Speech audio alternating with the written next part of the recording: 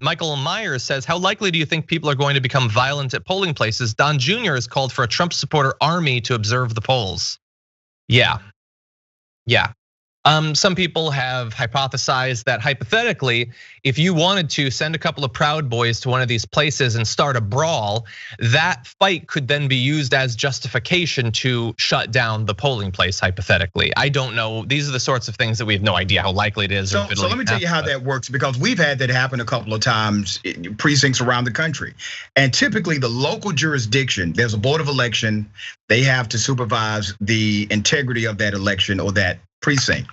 If there's a disruption, and we've had disruptions because of fighting, technology breakdowns, and other things, that board of elections, they are supposed to extend the time frame for voting that same day. So let's say if the disruption created a 3-hour delay and polls closed at 7 p.m. Well, that precinct will not close until 10 p.m. based on the standing protocol. Yeah. Should do that. They should do that. Should, right. We'll see, yeah.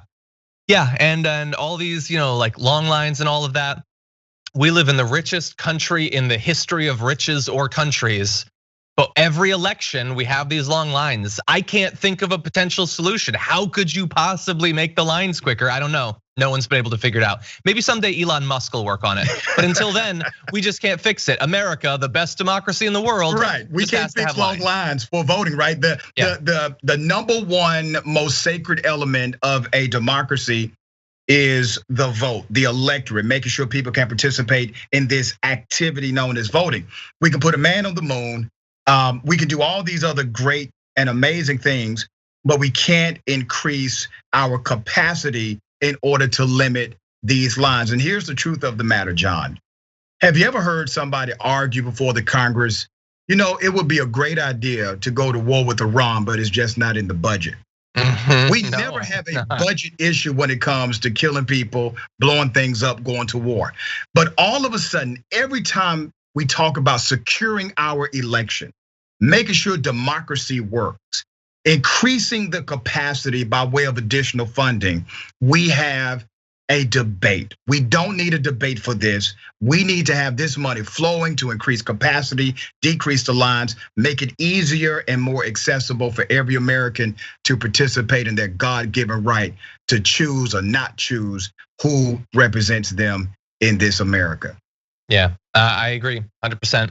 I just want to amend one of my past comments just a little bit. I said that America has lines. Sorry, certain communities have lines, because I've lived and voted in Storrs, Connecticut, Austin, Texas, and in Culver City, LA, and I can usually get in and out in about 5 minutes. And I don't think that's necessarily a coincidence. Some places have long lines. Yeah. Maybe that's why we don't fight against it. Maybe that's why we allow it to continue. Yep.